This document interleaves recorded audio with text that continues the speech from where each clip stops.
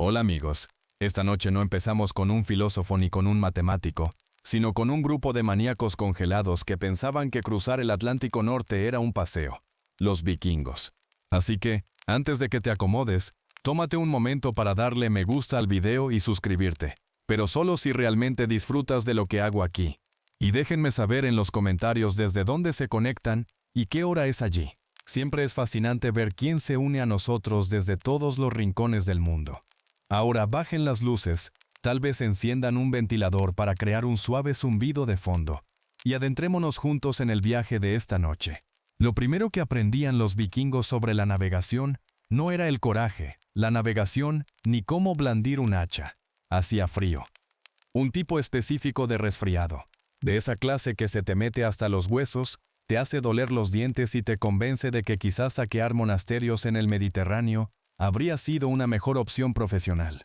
Al Mar del Norte no le importan tus sueños, tu valentía ni tus llamativos tatuajes vikingos. Es un cementerio gris y helado con olas que tienen la forma de malas decisiones.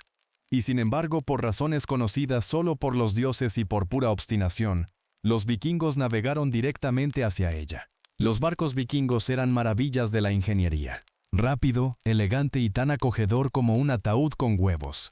No tenían camarotes, ni aislamiento, y desde luego no tenían espacio bajo cubierta. Te quedaste paralizado, inmóvil, y rezaste para que el viento no te arrancara la barba. Básicamente era acampar. Si acampar implicaba hipotermia, congelación y algún que otro monstruo marino, cada ola golpeaba como un insulto personal. El viento no solo era frío, era un ser viviente que te odiaba específicamente. Los cascos se congelaron en minutos, las barbas se convirtieron en estalactitas y las cejas se quedaron congeladas en la misma expresión de eterno arrepentimiento. La bruma marina no salpicaba, punzaba, y encender un fuego no era una opción. Una chispa en un barco sellado con alquitrán. Y felicidades, ya eres el primer viking flambe del mundo. Así pues, cabalgaron sin abrigo, sin luz y sin la menor idea de por qué pensaban que aquella era una buena opción de estilo de vida. Los hombres se envolvieron en gruesas capas de lana, el equivalente medieval de toallas de baño húmedas, y fingieron que eso les ayudaba. La lana olía fatal cuando estaba mojada, que era lo que siempre sucedía, pero al menos ocultó las lágrimas. Recubrieron la cubierta con paja para aislarla, aunque el aislamiento no sirve de nada cuando tu barco es básicamente una nevera flotante. Dormir era una forma de tortura en sí misma. La cubierta servía a la vez de cama, almohada y manta de hielo personal. Te convierta servía a la vez de cama, almohada y manta de hielo personal.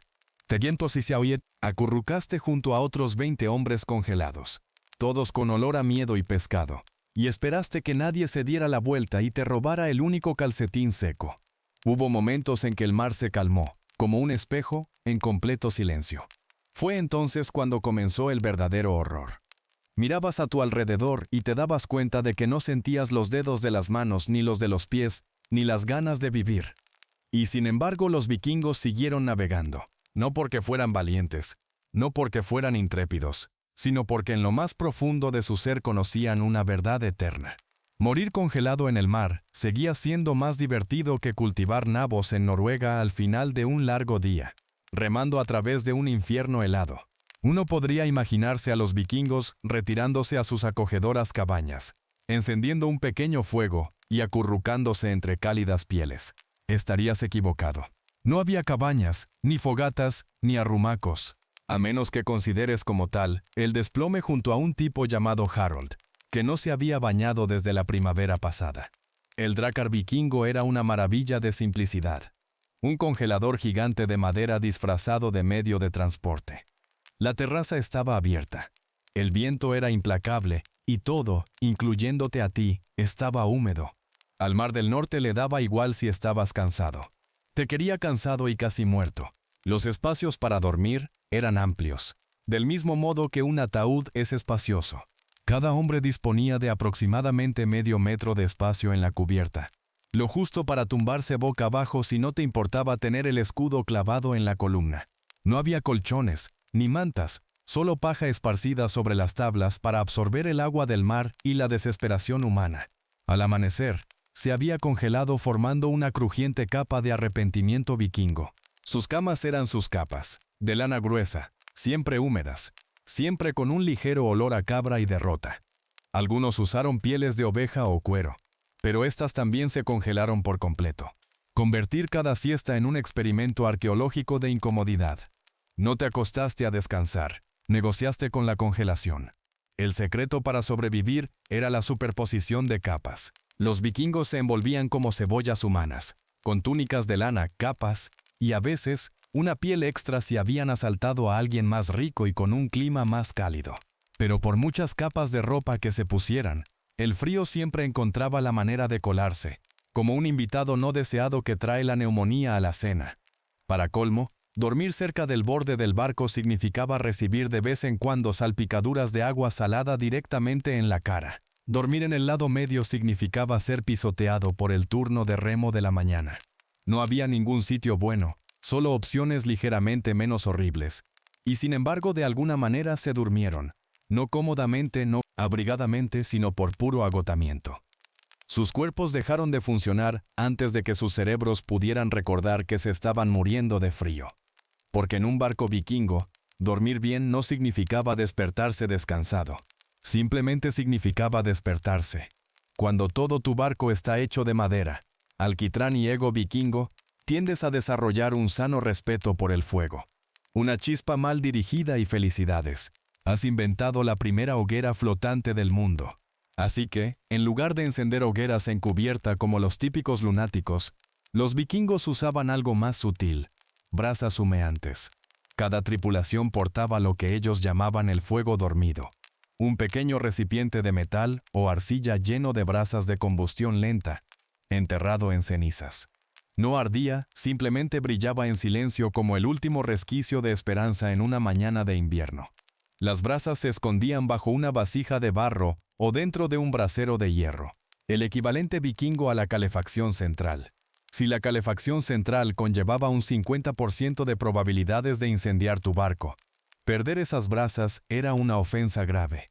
Significaba que no se podía hacer fuego en el campamento, ni cocinar, ni encender ninguna luz para ahuyentar a la criatura que emitía aquel sonido en la oscuridad. Un buen marinero podía mantener las brasas encendidas durante días, soplando suavemente sobre las cenizas cuando el resplandor comenzaba a desvanecerse. No solo estabas remando en un barco, estabas cuidando un incendio. Por la noche los hombres se reunían alrededor del brasero, con las palmas de las manos hacia afuera y los ojos entrecerrados, fingiendo que hacía calor. La verdad es que no lo era.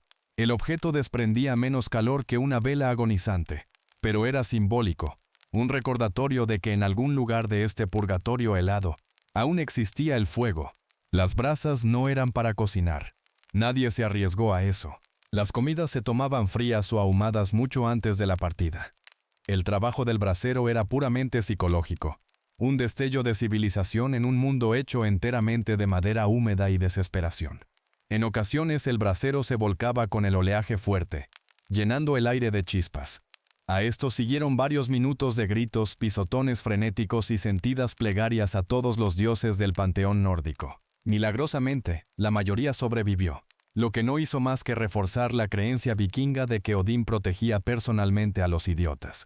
Así que no calentaban sus barcos con hogueras rugientes ni con ingeniosos sistemas de ingeniería. Mantuvieron viva una minúscula brasa, el calor más frágil e inconveniente imaginable. Y de alguna manera fue suficiente porque eso era lo que mejor sabían hacer los vikingos. Coge algo pequeño, peligroso y que apenas funciona, y llámalo innovación. Los vikingos lo llamaban el fuego durmiente, un nombre poético para algo que casi siempre se negaba a cooperar. No era una llama, sino un brasero, un resplandor lento y persistente oculto bajo capas de ceniza. Una pequeña brasa, lo suficientemente pequeña como para acunarla en tus manos y lo suficientemente importante como para luchar por ella. Era fuego en hibernación, y como todo vikingo en ese barco, estaba a un mal viento de rendirse por completo. La caja de brasas era tratada como una reliquia sagrada. Perderlo significaba humillación, inanición y otra larga noche fingiendo disfrutar del pescado congelado. Los equipos lo custodiaban del mismo modo que la gente moderna custodia las baterías de sus teléfonos. Obsesiva, presa del pánico y con un profundo sentimiento de dependencia existencial. Si el fuego se extinguía, la moral se hundía con él. Porque cuando tus dioses viven en el cielo y tus pies en agua helada, ese pequeño resplandor se siente como la única prueba de que sigues vivo. Cada mañana, alguien tenía la tarea de revisar la caja de brasas. El pobre infeliz se agachaba sobre ella, soplaba suavemente y esperaba que las brasas aún ardieran. Si no lo hicieron, enhorabuena. Acabas de convertirte en el hombre menos popular del barco. No hubo revanchas. Habría que hacer un nuevo fuego desde cero usando pedernal, acero y la poca voluntad de vivir que aún quedara. Hacer eso con los dedos congelados y una terraza en movimiento fue prácticamente tan fácil como armar muebles de IKEA durante un huracán. Cuando finalmente el barco llegó a tierra, el fuego dormido fue despertado de nuevo, removido, alimentado y avivado. La tripulación se reunió a su alrededor como si se tratara de un dios que regresaba. Asaban carne, secaban la ropa y se sentaban en un silencio dichoso, fingiendo que no habían pasado la última semana discutiendo con un trozo de metal y ceniza. Algunas sagas describían al guardián de las brasas como un rol sagrado, otras como un castigo. En cualquier caso, fue estresante. No solo llevabas calor, llevabas la cordura de todos en un frasco. Suéltalo. Y desearías que el mar te hubiera llevado primero. Entonces no. Los vikingos no tenían chimeneas ni sistemas de calefacción. Tenían una brasa medio apagada tintineando en una caja de barro, y la fe de los hombres era demasiado fría para cuestionar el porqué.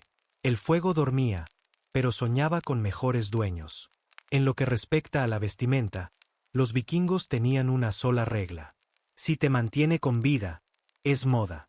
Olvídese de la elegancia. Esto era moda de supervivencia. Al Mar del Norte no le importaba si parecías un héroe. Le importaba si tus órganos internos se congelaban antes del desayuno. Todos los atuendos vikingos comenzaban con lana, gruesa, que picaba y que estaba perpetuamente húmeda. Túnicas de lana, pantalones de lana, calcetines de lana y capas de lana. Vivían dentro de una oveja móvil.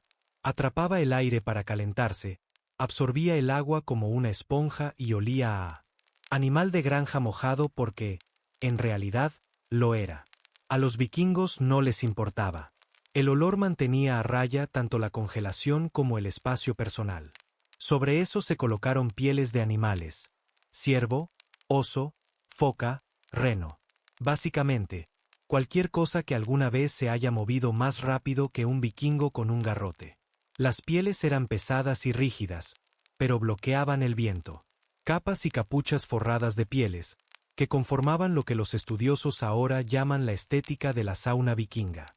Era una forma funcional de superponer capas siglos antes de que The North Face lo descubriera.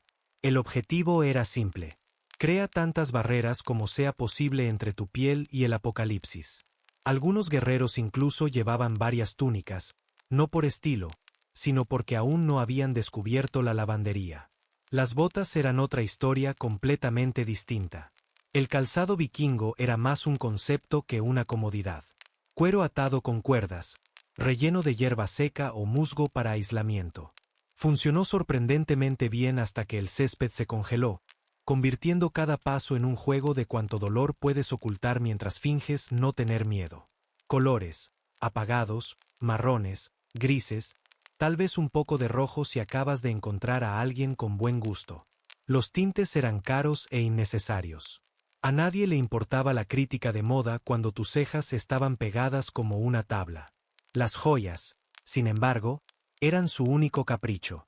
Anillos, broches, brazaletes, todos relucientes bajo la escarcha. Si te estás congelando, al menos podrías aparentar ser rico mientras lo haces.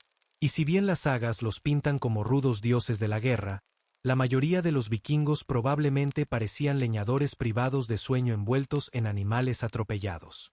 Sus ropas goteaban agua, sudor y grasa animal. Y de alguna manera, ese seguía sin ser el peor olor del barco. Pero su locura en capas funcionó.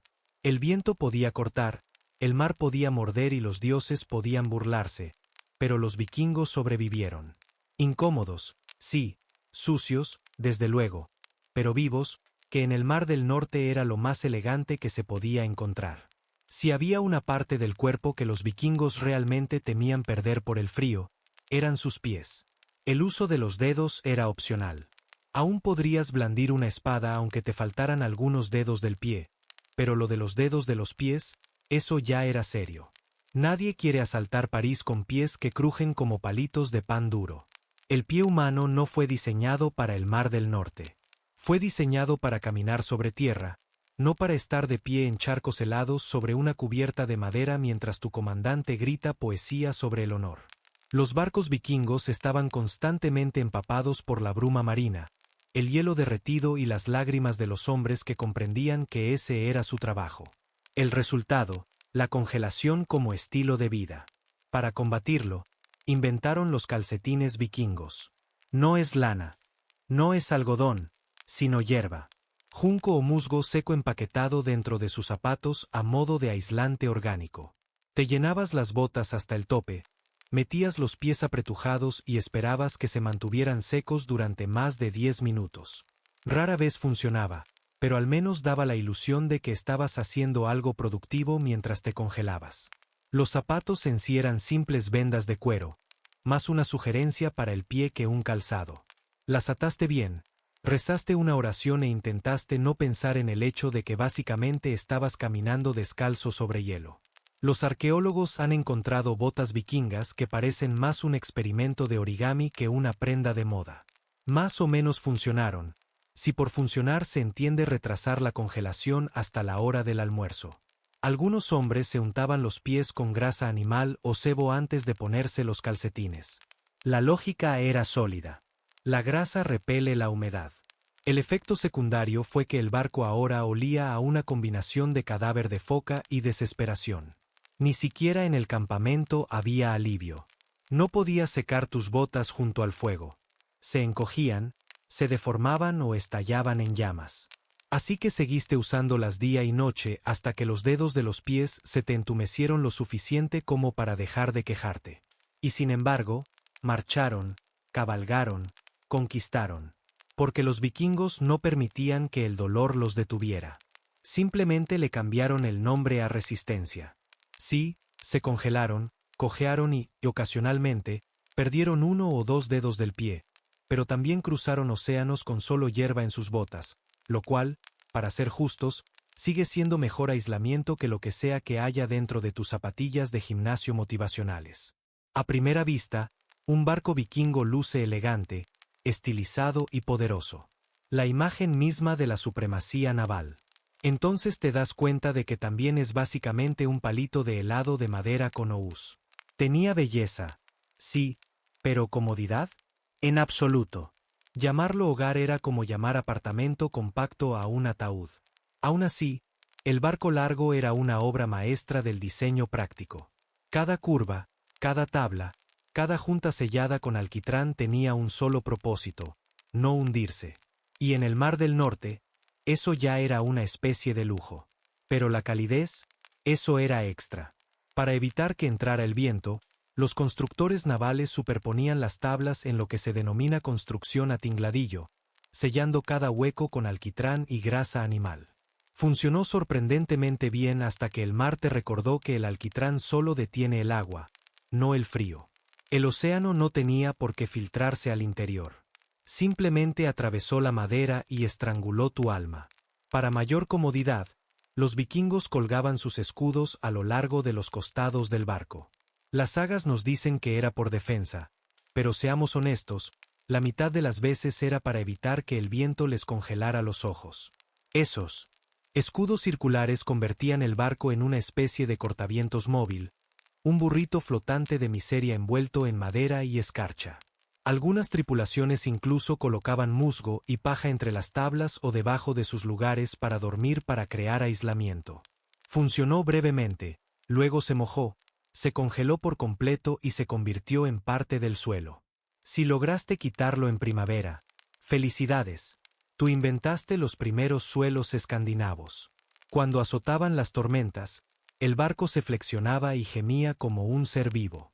Cada tabla se expande, cada junta amenaza con un motín.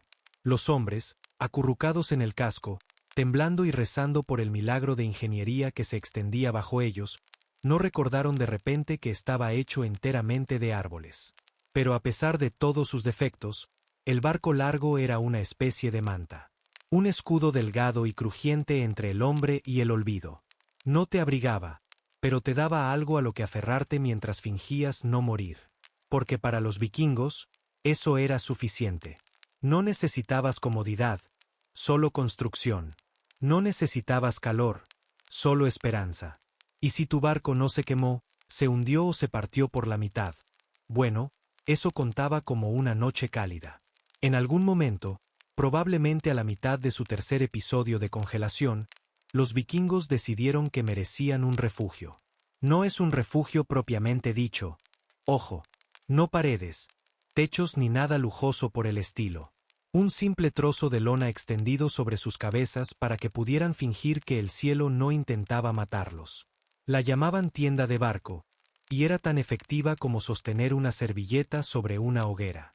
Confeccionada con lana gruesa o tela de vela, se extendía a lo largo del centro del barco, sujeta por velas, escudos y pura ilusión. No impidió que cesara el resfriado. No impidió que siguiera lloviendo. Lo que sí frenó fue la esperanza, y para la moral eso era fundamental. Bajo esta tienda improvisada, entre 20 y 30 hombres se apiñaban, más apretados que peces alados.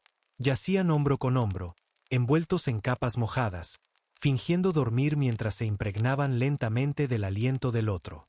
El aire dentro de la tienda estaba cargado de humedad, sudor y arrepentimiento. Si sobreviviste a la noche, no fue gracias al calor. Fue gracias al calor corporal mutuo y a la negativa compartida a admitir la derrota. A veces se acumulaba condensación en el interior de la tienda hasta que empezaba a llover desde dentro. Los vikingos llamaban a eso tiempo. El término moderno sería un grito de auxilio. Sin embargo, el verdadero propósito de la tienda de campaña del barco no era dar calor. Fue una ilusión. Cuando duermes en una cubierta al aire libre con hielo formándose en tu barba, hasta la tenue sombra de un techo se siente como un atisbo de civilización. Creó una minúscula distancia psicológica entre el exterior y la desesperación absoluta. De vez en cuando, una ráfaga de viento desgarraba la lona, que ondeaba como las velas de un barco fantasma. Nadie hizo nada para solucionarlo.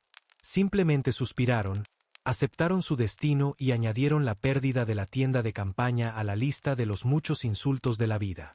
Pero a pesar de todos sus defectos, ese trozo de tela desvencijada daba la ilusión de un hogar, una frágil barrera entre los vikingos y el infinito vacío helado. Porque así es como sobrevivieron los vikingos. No por comodidad, no por lujo, sino por la pura y obstinada fuerza de fingir que todo estaba bien cuando absolutamente nada lo estaba. Y de alguna manera funcionó. Cuando piensas en los banquetes vikingos, probablemente te imaginas salones bulliciosos, borzasados y cuernos de hidromiel rebosantes. Pero en un barco largo, olvídate de eso. Cenar en alta mar era básicamente un castigo calórico. El menú nunca cambió. Frío, seco y dudoso. Cocinar en cubierta estaba prohibido. El fuego y los barcos de madera no se llevaban bien, a menos que te gustara que te sirvieran la comida entre gritos, así que cada viaje vikingo comenzaba con semanas de miseria precocinada, pescado ahumado, carne salada y pan duro lo suficientemente resistente como para servir de armadura. Si pudieras masticarlo sin romperte un diente, ya estarías a medio camino del Valhalla. El desayuno consistió en arenque seco, acompañado accidentalmente de un trago de agua de mar. El almuerzo consistió en más arenque seco. Cena. Si adivinaste que era arenque seco, felicidades. Podrías sobrevivir en el Mar del Norte. La carne fresca era un lujo reservado para cuando la suerte en la casa superaba las congelaciones. De lo contrario, te dedicabas a roer tus provisiones y soñabas con fuego.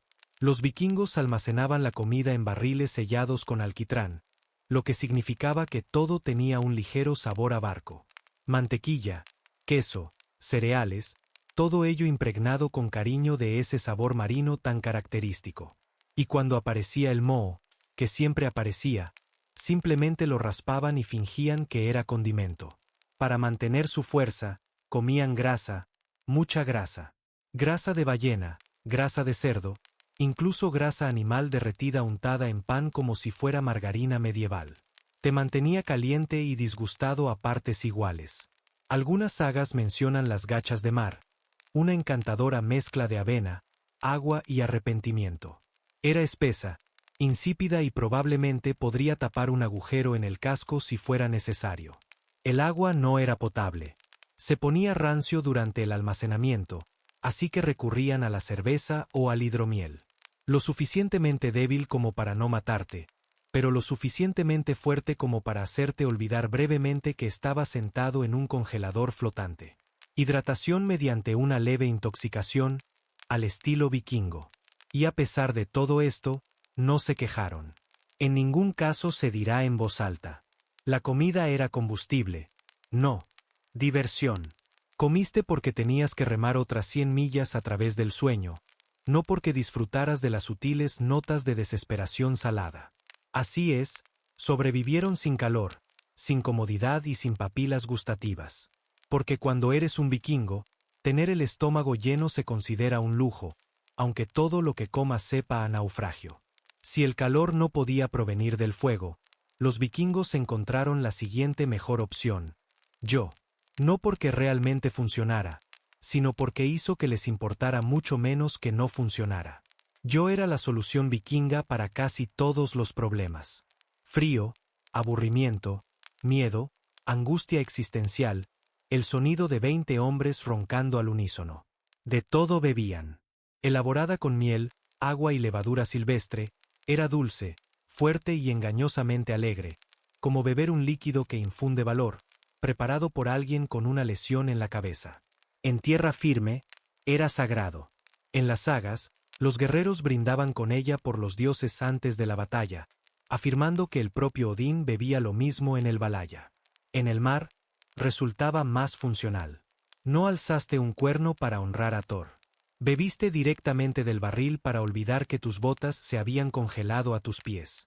El hidromiel se almacenaba en barriles de madera, cuidadosamente sellados con alquitrán y optimismo. Con el tiempo, adquirió un sabor distintivo que, según los historiadores, sabía al interior de un vikingo. En cualquier caso, no se trataba de gusto.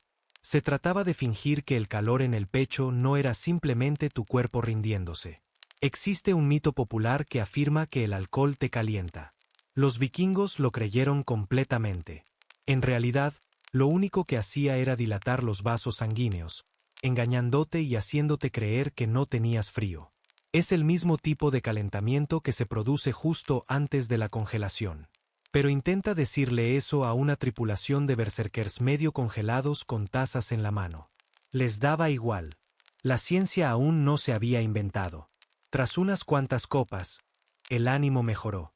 Los hombres cantaban más fuerte, reían con más ganas, y de repente, la ventisca no parecía tan mala. Gritaban sobre la gloria, el honor y ocasionalmente, se caían por la borda. Si los dioses del mar eran misericordiosos, flotaban. Si no, bueno, al menos murieron calientes por dentro. Al amanecer, las resacas eran heroicas.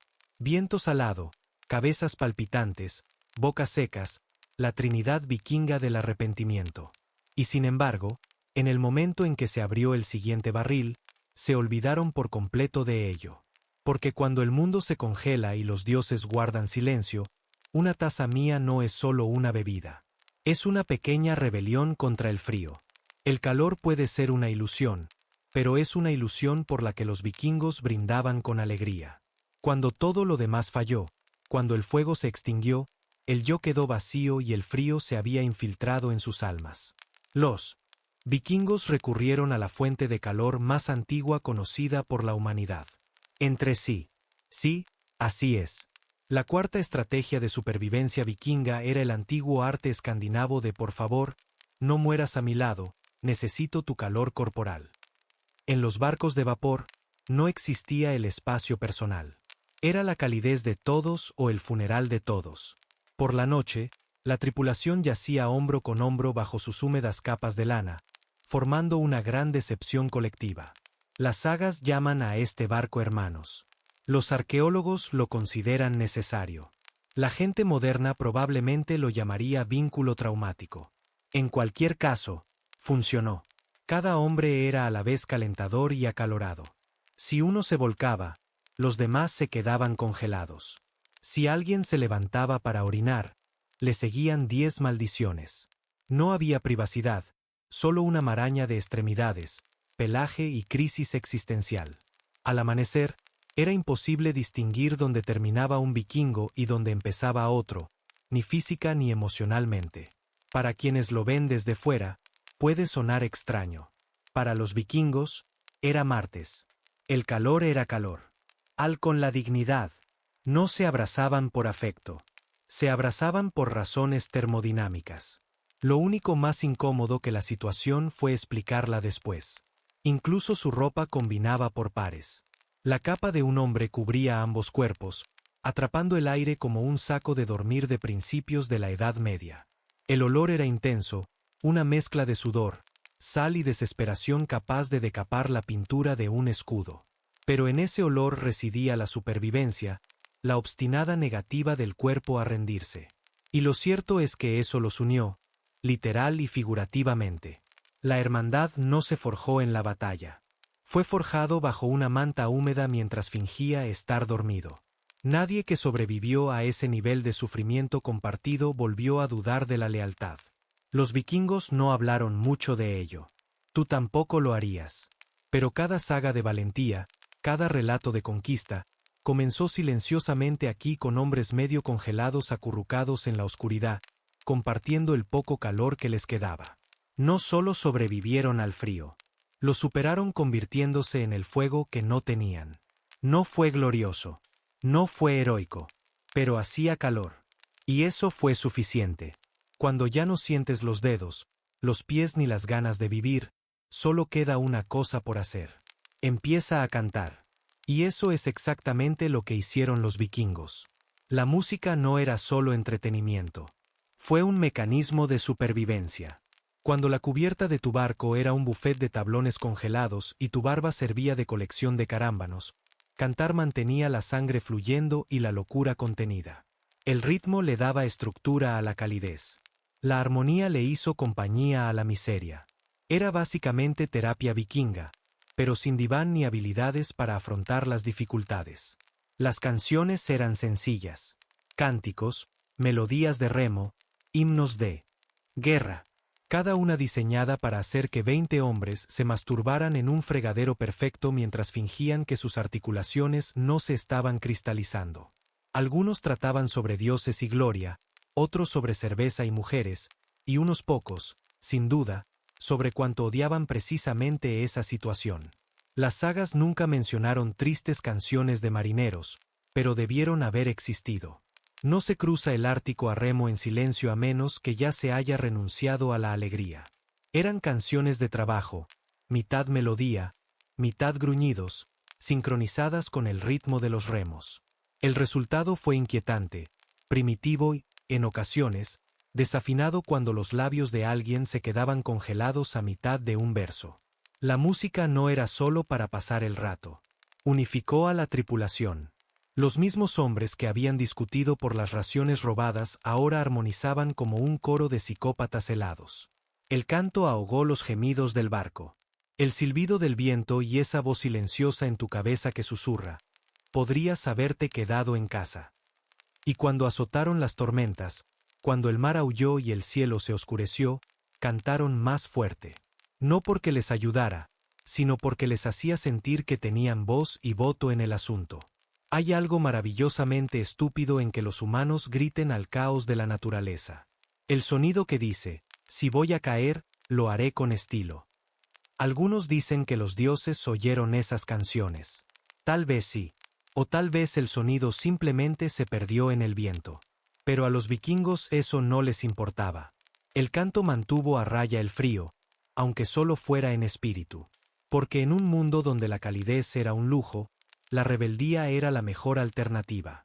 Y nada desafía el frío como un coro vikingo gritando en medio de la tormenta. Para un pueblo que adoraba a dioses que literalmente lanzaban rayos, los vikingos tenían un miedo muy poco heroico. Fuego. No del tipo poético iluminado por velas. De las auténticas. De esas que convierten tu barco, tu hogar y a toda tu tripulación en una barbacoa vikinga flotante. El fuego era calor, sí, pero también traición. Podías confiar en el hielo. El hielo te mató lenta y cortésmente. Fuego. El fuego te mató ruidosamente. Cada barco vikingo estaba empapado en alquitrán, repleto de madera, cuerdas, velas y sueños. Básicamente todo lo que figura en la versión nórdica de la lista de cosas que no se deben quemar. Por eso los barcos vikingos nunca llevaban fuego abierto. Nada de antorchas, nada de hogueras, nada de cenas románticas a la luz de las velas para dos guerreros y una cabra. En cambio, recurrieron a brasas humeantes, diminutas, manejables y solo un poco menos suicidas. Encender un fuego real en medio de un viaje era el tipo de decisión que garantizaba que uno sería recordado en las sagas como una advertencia. No se trataba solo del barco. El fuego era sagrado. De vuelta a casa, vivía en el hogar, cuidada por las mujeres, protegida por los dioses. Y tratada con una reverencia que la gente moderna suele reservar para el wifi. El fuego del hogar era el centro de la vida, de la cocina, del calor, de la protección. Extinguirlo era una ofensa espiritual, como borrar la historia de tu familia. En el mar, sin embargo, la llama no pertenecía a nadie. Se volvió salvaje, peligroso, un dios desatado. Los vikingos lo respetaban. Lo temían. La transportaban en pequeñas cajas de brasas, susurrando oraciones como diciendo, «Portate bien o moriremos todos». Irónicamente, sus rituales funerarios incluían aquello que más evitaban. El último viaje de un guerrero solía ser un barco en llamas, el famoso PY on Water. La muerte fue la única vez que un vikingo prendió fuego voluntariamente a un barco. Porque en aquel momento, las primas de los seguros no importaban. Para los vivos, la llama era caos. Para los muertos, fue la liberación. El mismo elemento que condenó a un marinero descuidado fue el que llevó a los héroes al Valhalla. Así que sí, temían al fuego, pero también lo veneraban porque, según la lógica vikinga, si algo puede destruirte por completo, probablemente sea sagrado. Y si te mata rápidamente, bueno, eso es simplemente buena eficiencia. Si los vikingos tenían una religión verdadera, no era la de Odín, Thor ni Freya. Fue sufrimiento. Los dioses nórdicos obtuvieron los templos, pero el dolor obtuvo la devoción. La resistencia no era solo una virtud. Era un estilo de vida. Si te quejabas, no eras un vikingo. Fuiste una molestia. En Escandinavia, la comodidad resultaba sospechosa. El calor te ablandó. La suavidad te debilitó. Y la debilidad te hizo francés. Así pues, desde la infancia, a los vikingos se les enseñaba que las dificultades forjan el carácter. Y al llegar a la edad adulta, tenían el carácter suficiente para sobrevivir a vendavales helados y amistades emocionalmente reprimidas. Las sagas lo glorificaban. Navegó a través de la nieve, se jactaban, con los brazos desnudos y riendo. Lo que no mencionaron fue que probablemente se reía porque los nervios de su piel habían muerto hacía una hora.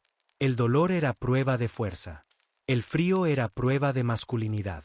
Un vikingo no estaba realmente vivo hasta que algo intentaba matarlo. Sus dioses reflejaban eso. Odín sacrificó un ojo a cambio de sabiduría.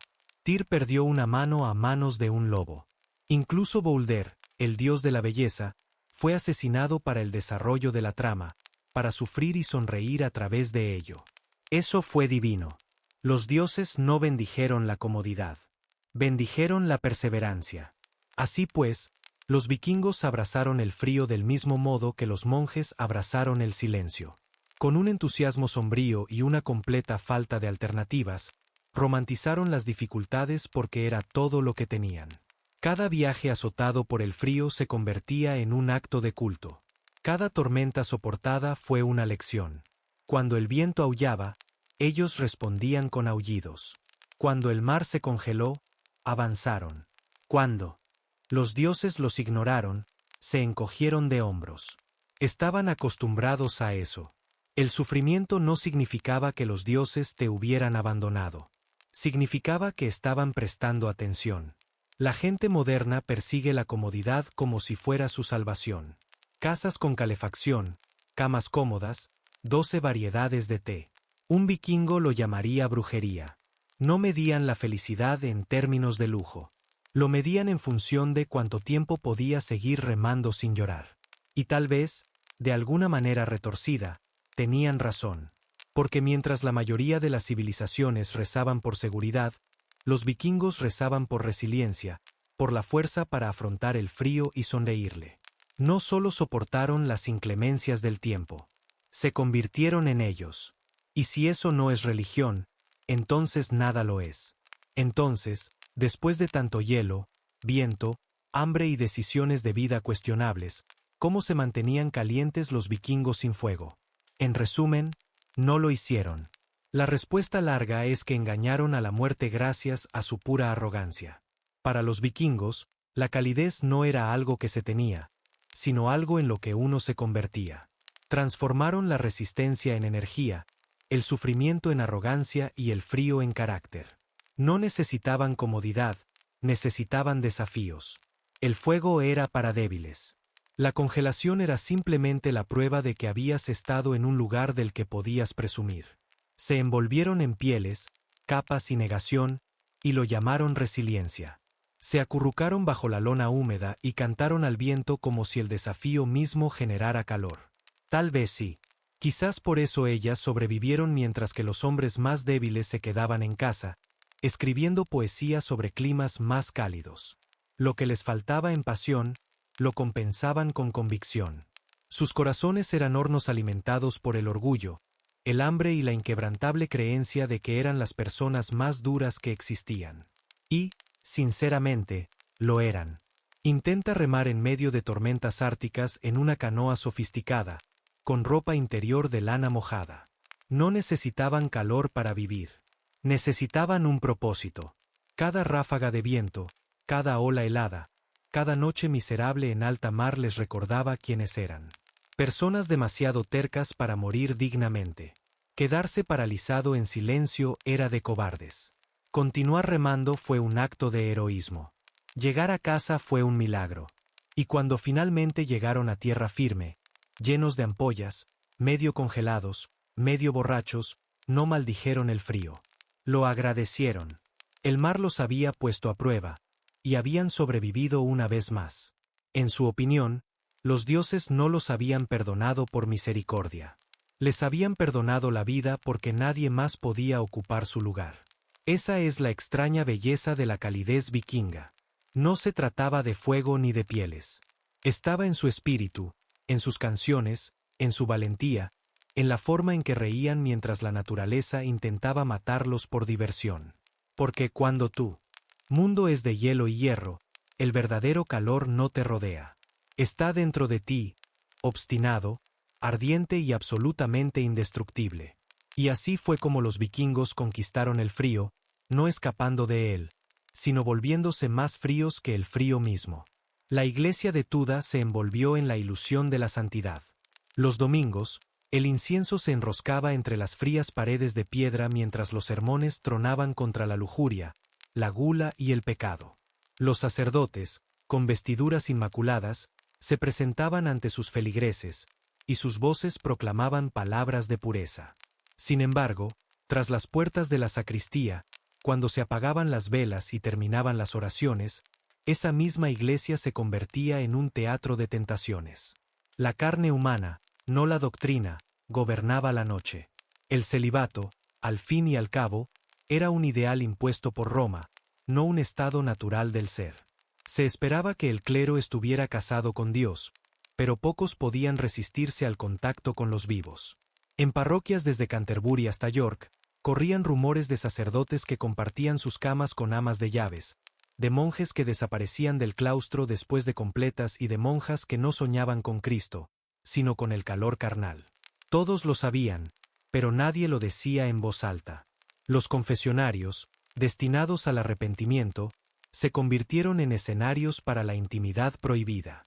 Una joven se arrodillaba, con la respiración entrecortada, mientras confesaba pensamientos impuros, solo para descubrir que su sacerdote la escuchaba con demasiada atención, con preguntas demasiado curiosas.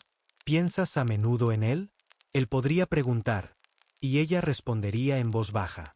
Sí, Padre. En la oscuridad, tanto el pecador como el confesor se convirtieron en espejos de la tentación. La ironía residía en que hombres santos predicaban la virtud de día y susurraban pecados de noche. Para muchos sacerdotes, el deseo no era rebelión, sino supervivencia. La vida parroquial era solitaria, dura y mal pagada. La Iglesia exigía castidad, pero no proporcionaba consuelo ni calidez más allá de la fría compañía de la doctrina. Y así racionalizaron su lujuria como debilidad, perdonable, incluso comprensible. Dios perdona la fragilidad del hombre, podría murmurar un sacerdote tras una indiscreción, ajustándose las vestiduras antes de la misa matutina. Sin embargo, la contradicción persistió. La Iglesia que quemaba herejes por ofensas menores toleraba esta silenciosa hipocresía. No fue el celo lo que mantuvo puro al clero. Era el miedo a ser atrapados. E incluso ese miedo se fue atenuando con el tiempo, sustituido por la familiaridad.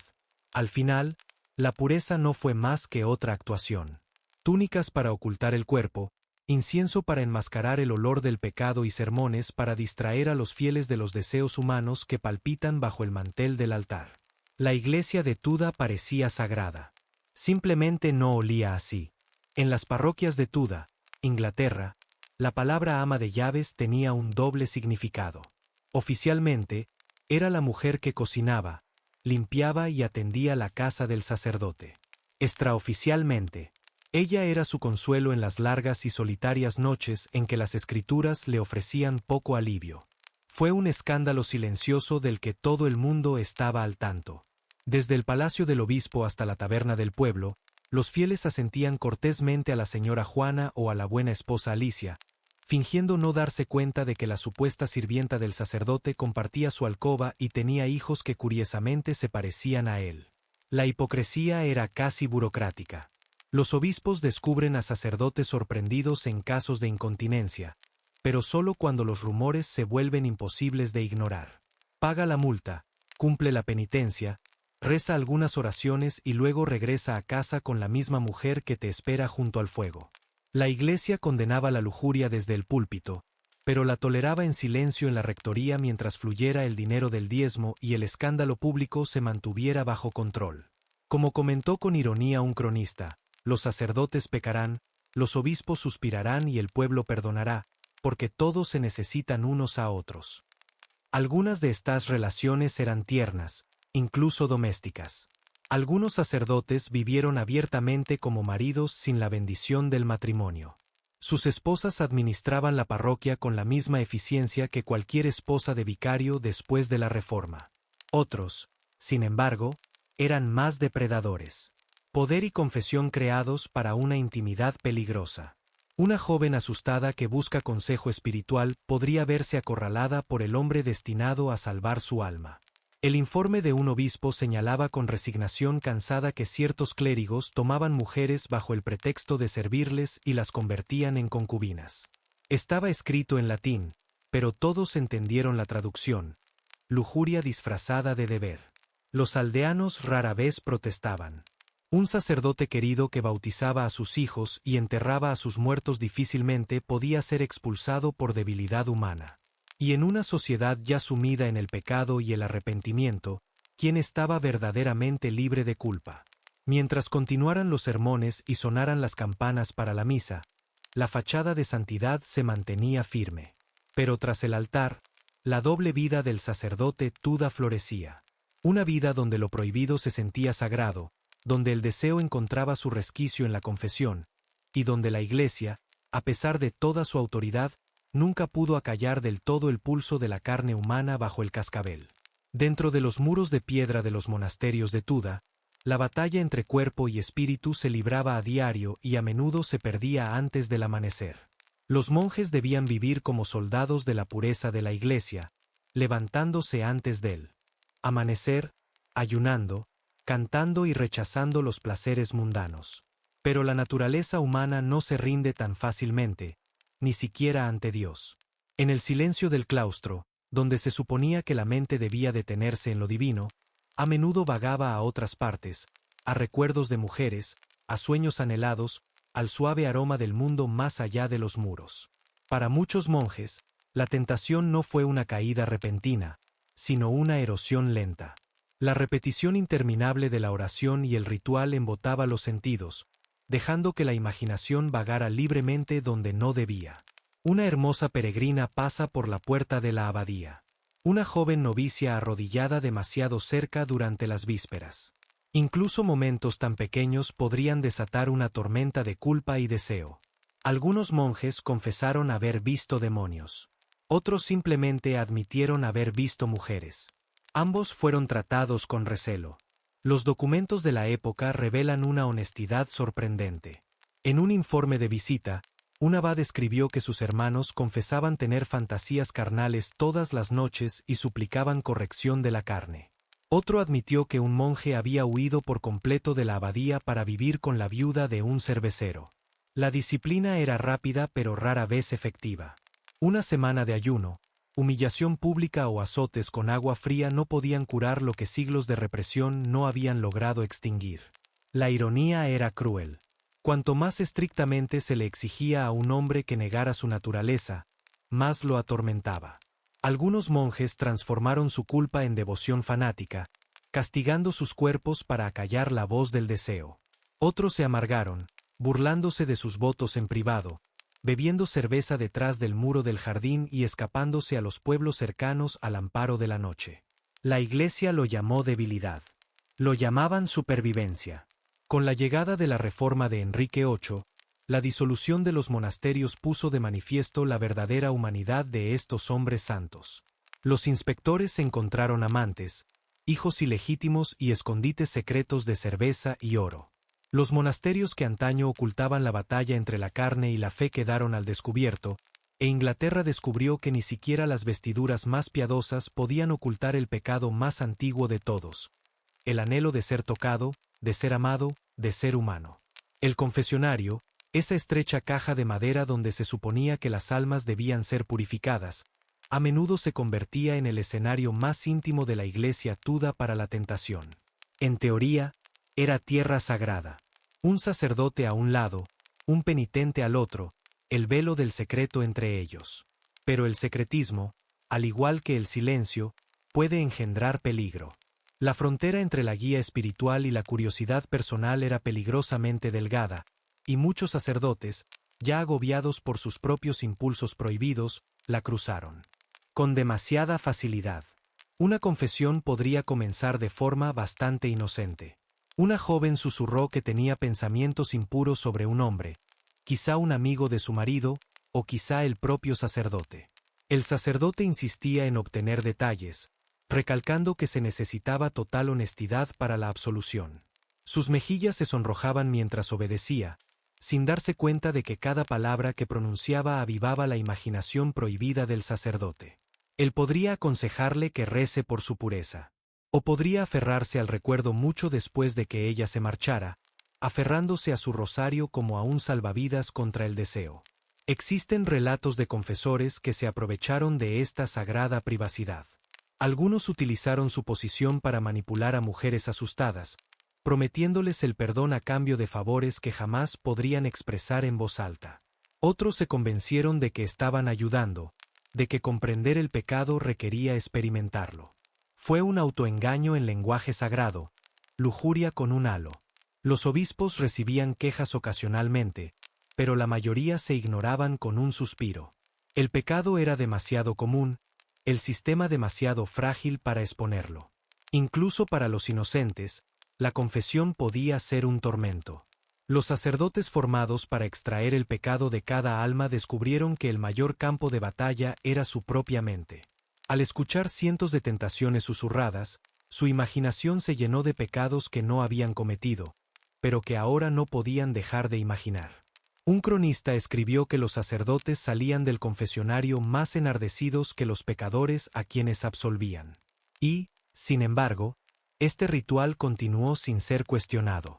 Los fieles seguían arrodillados, los sacerdotes seguían escuchando, y tras el biombo, la debilidad humana se encontraba con la expectativa divina. El confesionario tenía como objetivo borrar el pecado. Pero para muchos clérigos de Tuda, simplemente lo recicló, convirtiendo la vergüenza en anhelo y el anhelo en culpa nuevamente. Era un círculo perfecto de hipocresía, girando sin cesar bajo la silenciosa bendición de la Iglesia.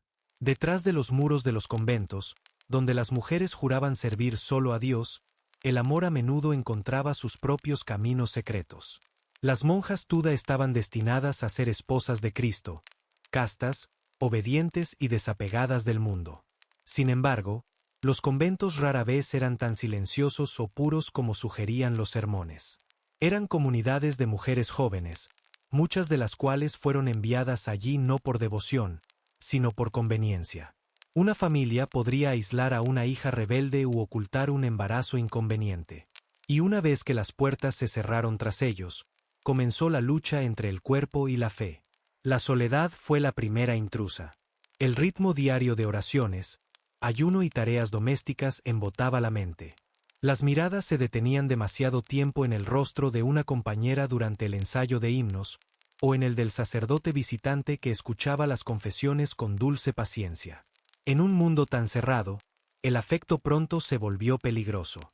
Las cartas se introducían de contrabando a través de cocinas y patios. Una monja podría alegar que visitaba el jardín para recoger hierbas. Pero su verdadera cosecha aguardaba tras el muro. Los registros históricos, aunque escritos con indignación moral, revelan destellos de ternura prohibida. Un informe de visita describía a 2 monjas encontradas en abrazos sumamente impíos. Otra habló de susurros a medianoche y de un cariño que iba más allá de la hermandad.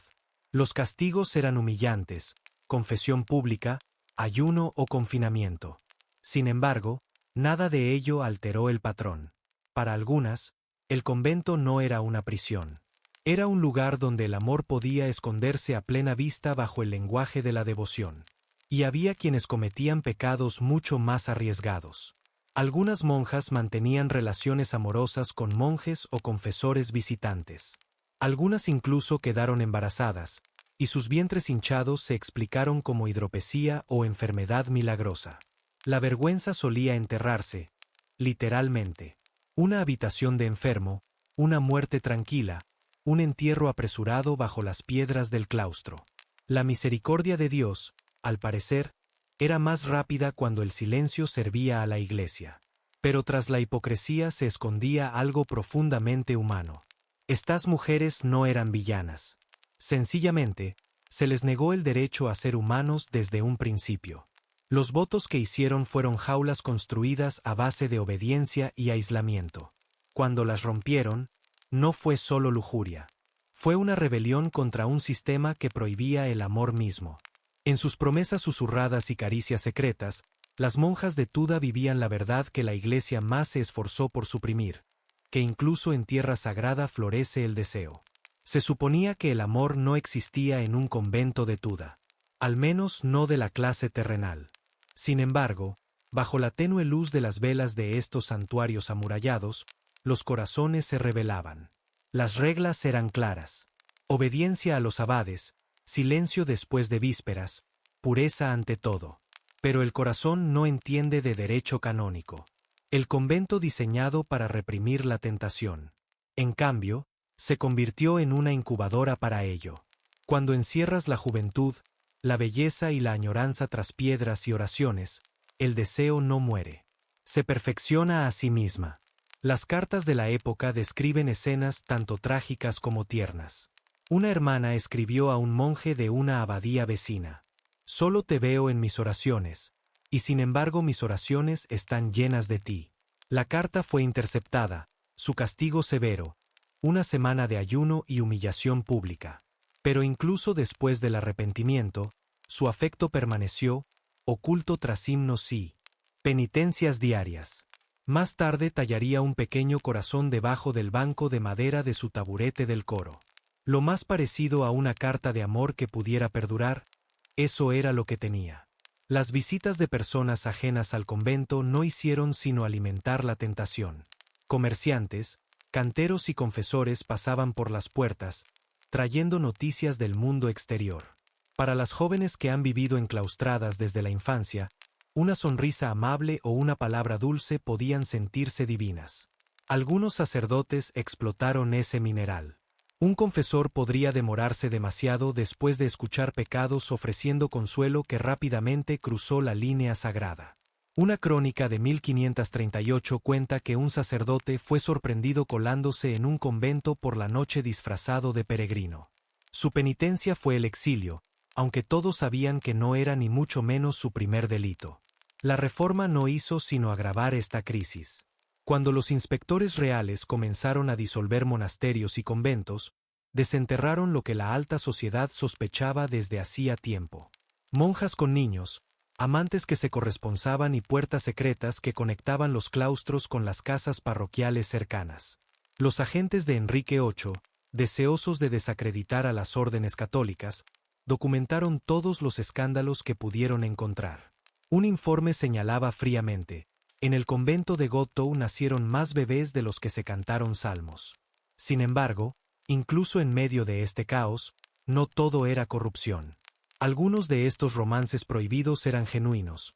Dos almas aferradas la una a la otra desafiando un sistema que les negaba el afecto. No era solo lujuria lo que florecía tras esos muros. Era un anhelo silencioso y desesperado de amor, compañía y libertad. Tres cosas que la propia Iglesia les había prohibido buscar. Cuando Enrique VIII rompió con Roma, la Iglesia de Inglaterra nació no de la santidad, sino de la lujuria, y la hipocresía era demasiado evidente para ignorarla. He aquí un rey que exigía independencia espiritual para poder divorciarse de su esposa y casarse con otra, mientras sus obispos predicaban la castidad desde púlpitos dorados. La reforma no fue solo una revolución política. Fue un desenmascaramiento masivo del pecado clerical. De repente, los mismos hombres que habían condenado a otros por impureza se vieron despojados de sus propias ilusiones de virtud. Se enviaron inspectores reales para disolver monasterios y conventos. Descubrieron escándalo tras escándalo. Informaron de monjes que vivían con esposas, sacerdotes que engendraban hijos y monjas cuyas dolencias milagrosas resultaban ser embarazos.